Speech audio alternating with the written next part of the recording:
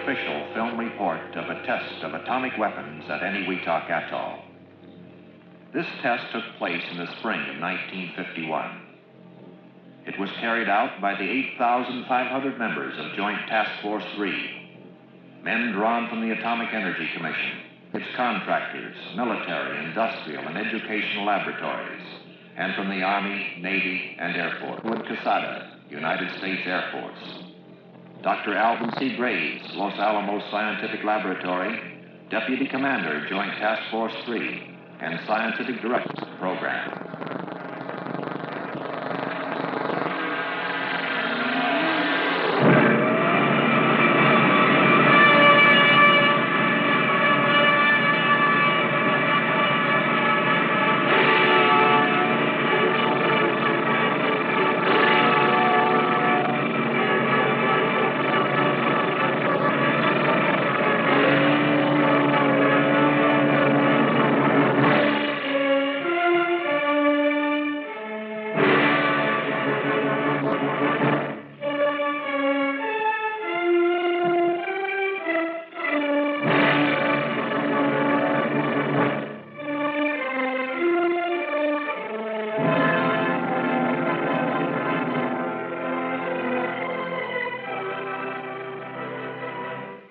During the tense days of World War II, an entire American city of men, women, and children was hidden behind a seemingly unimportant postal number, Box 1663.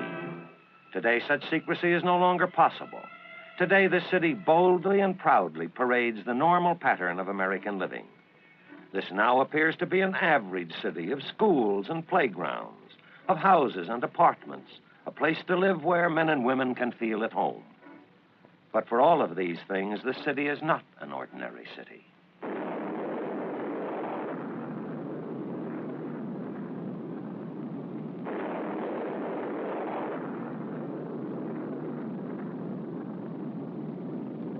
This is the mile-high city of Los Alamos, the atomic city. This is a modern pueblo created by the people of the United States as a research and development center for atomic weapons. This is still a city where citizens take for granted security fences, guards, passes, caution. The proof testing of weapons, a routine practice by now, is the job of a busy section of the Los Alamos laboratory called J Division. With such a specialized division carrying on tests, the other parts of the laboratory, operated for the Atomic Energy Commission by the University of California, can continue undisturbed in vital research and development work. One of the proving grounds is an outdoor laboratory, Enewetak Atoll in the Central Pacific.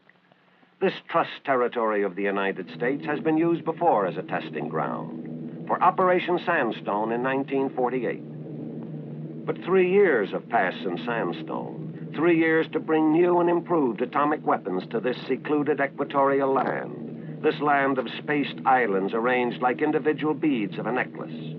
And the new test operation will be called by its code, Greenhouse. But Greenhouse means more than just a proving ground, more than a group of scientists from Los Alamos. Operation Greenhouse is big, big in logistics, big in the scope of its aims and purposes. To meet this problem, a self-contained unit, a task force, is organized. This is a 4-part organization: Atomic Energy Commission, Army, Navy, and Air Force, working together under a unified command. As for the larger scope of Greenhouse, it is a real challenge to include in a test all of the valuable experimentation that can come out of the detonation of atomic weapons. The armed services, for instance, have a continuing need for information on the offensive and defensive effects of atomic blasts. In these days of international tension, they need to know the physical results of atomic warfare. Even though Los Alamos is the parent laboratory, so to speak, scientists and technicians from other government agencies, from American industry, colleges, universities, and other organizations throughout the country, men working in related fields, are asked to participate to help in instrumenting the operation.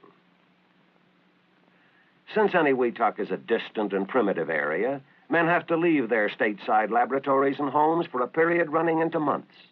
Since 1943, when Los Alamos was established, Men from this mesa have left the continental limits of the United States twice before to test the weapons they have created. Now the proving ground comes alive, like a university campus when students return from the summer holidays. Parry Island is home for Task Force headquarters and for the scientific group. Enewetak Island is home base for the Army and Air Force. The Navy stays aboard its ships anchored in the lagoon. These are the dormitories of Enewetak University. Spread out and separated from the dorms by a safe distance are the laboratories, the individual test islands, seemingly like so many science buildings on college grounds. The long-awaited forward area work begins. Even in a world of tension, atomic energy is more than thunderous test detonations and calculated planned devastation. We still have much to learn of our nuclear fuels, uranium and plutonium. This is the precious stuff so valuable, it makes sought-after gold seem like common scouring powder. Whatever can be done to conserve it is to our national advantage. To proof test weapons scientifically and accurately, it is necessary to know the behavior inside the weapon, and also to know the outside behavior of the forces let loose, the effects of the weapon, the facts and figures on blast, heat, light, radiation. Weapon designers go to great lengths to get this kind of information. For example, to measure blast, instruments are suspended from these plastic balloons. This gives a pressure reading in free air. High-speed cameras capable of taking several million separate pictures per second are placed close to zero point. They will record the story of nuclear forces from a vantage point where man himself dares not stand. Radiation will be measured by devices on whose photographic emulsion will be indelibly imprinted the record of swift-moving, invisible nuclear particles. Men of greenhouse tackle their Enewetak problems with the same kind of scientific approach they use in their own home laboratories. Attention to detail, elimination of variables, a check and double check of key apparatus. This is actual on-the-spot experimentation. There is no running back home for a forgotten test tube. And then the time comes for which all home. And the men of greenhouse move back. Like a crowd at a beach aware of the incoming tide, they pick up their belongings and retreat to safety. A test shot is ready.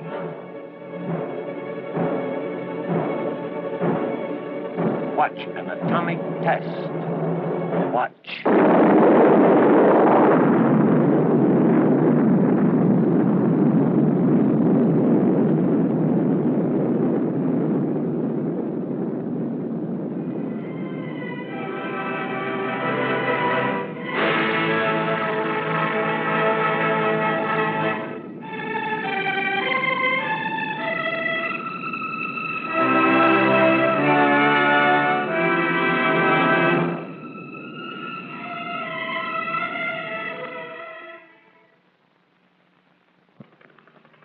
From the wealth of diversified crafts and skills that go into the making of a great industrial country are drawn those men with the specialized skills necessary to understand and measure atomic detonations. But to maintain these men, to carry on a weapons test on this specific outpost, support is necessary. Not alone technical support, but the kind of support concerned with just plain everyday living. There's a detail like food, for instance. It takes more than a picnic lunch to keep 8,500 hard-working men happy. And it's no trick at all to get hot and dirty and dusty. If you don't believe it, try a coral atoll sometime. Water is the answer, but water is a crucial commodity. It has to be pumped from the coral beds, then distilled to remove the brackish salt. And then there's the problem of getting to and from work. Most of the time, walking is out of the question, unless you have a natural tendency to be amphibious. Small boats ply between the various islands of this giant lab in the middle of an ocean, and light planes are in constant demand for shuttle service between the islands.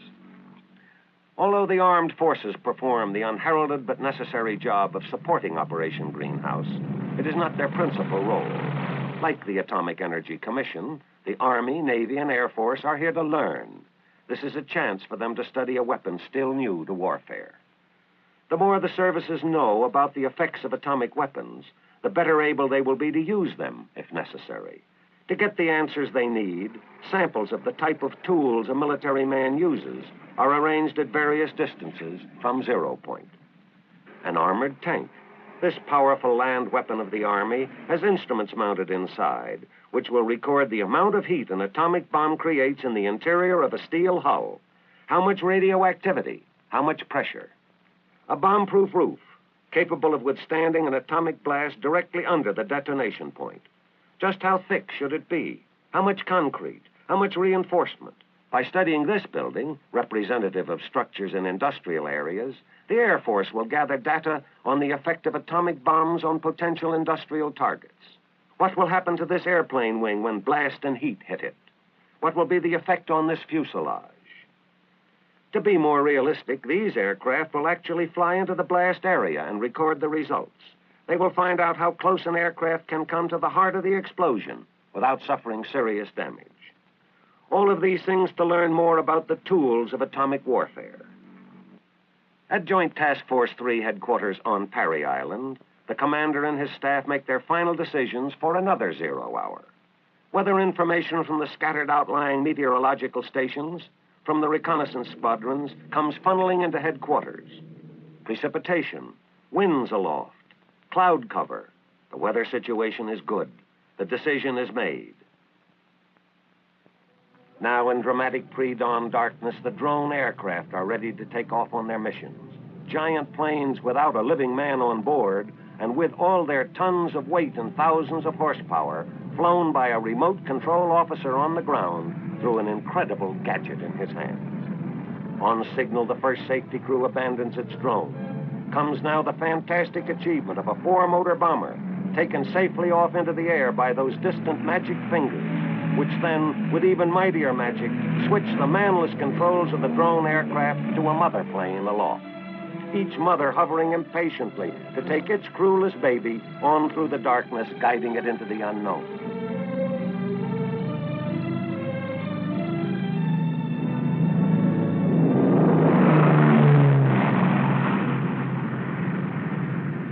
To top the fantasy of the crewless bombers come the fighters. For the first time in airplane history, drone jets, pilotless, crewless, at super speed flown up into the night sky, controlled only by a driver and overdriver in other jet aircraft who electronically guide the destinies of their jet drones.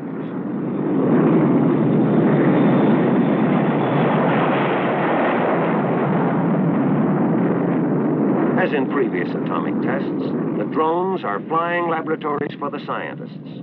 High above the test islands, they are in a strategic position to collect important information on the still not-so-familiar event, an atomic blast. Watch.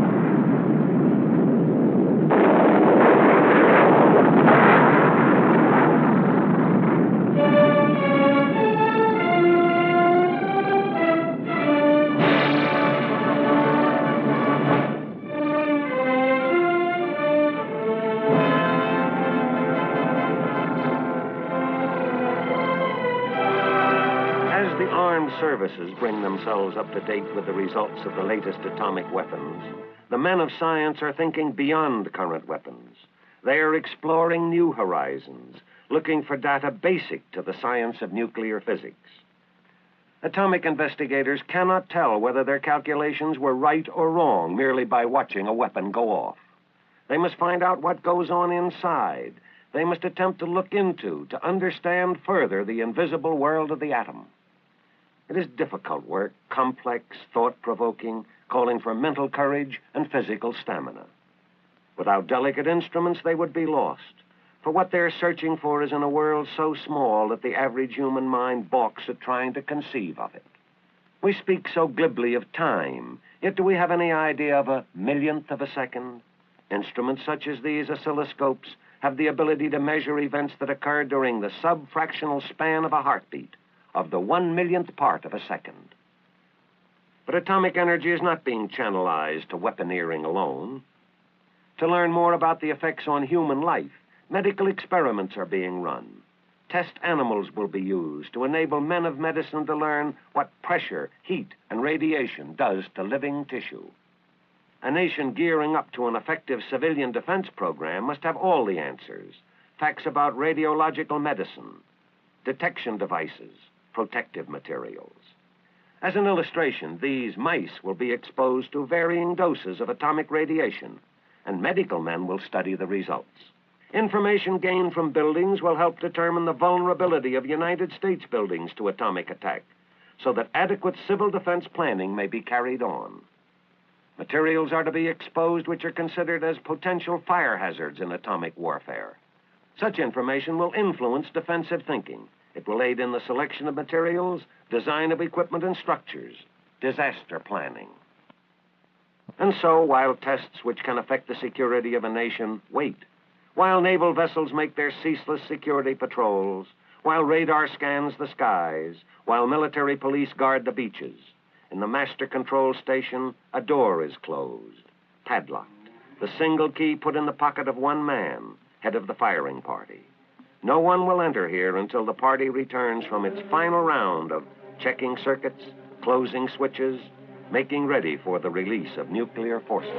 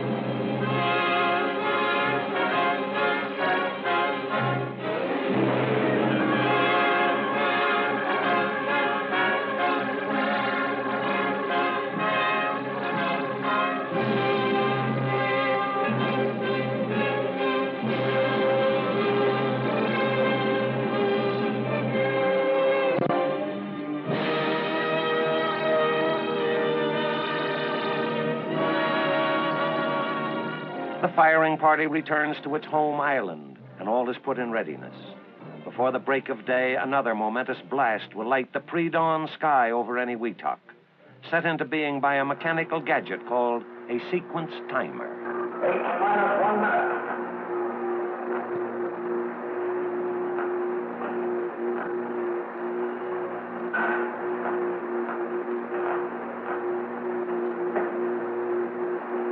Minus 45 seconds.